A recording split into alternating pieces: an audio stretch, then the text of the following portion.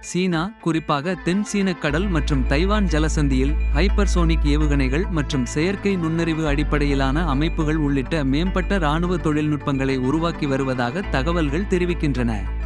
சீனாவின் வளர்ந்து வரும் இராணுவ திறன்கள் மற்றும் பிராந்திய ஸ்திரமின்மைக்கான சாத்தியக்கூறுகள் குறித்து அண்டை நாடுகள் மற்றும் மேற்கத்திய நாடுகளிடையே இந்த முன்னேற்றம் கவலைகளை எழுப்பியுள்ளது. இந்த தொழில்நுட்ப முன்னேற்றங்கள் சீனாவின் அதிகாரத்தை வெளிப்படுத்தும் திறனை மேம்படுத்துகின்றன மற்றும் தற்போதுள்ள சர்வதேச ஒழுங்கை சவால் செய்யும் ஆற்றலை வழங்குகின்றன.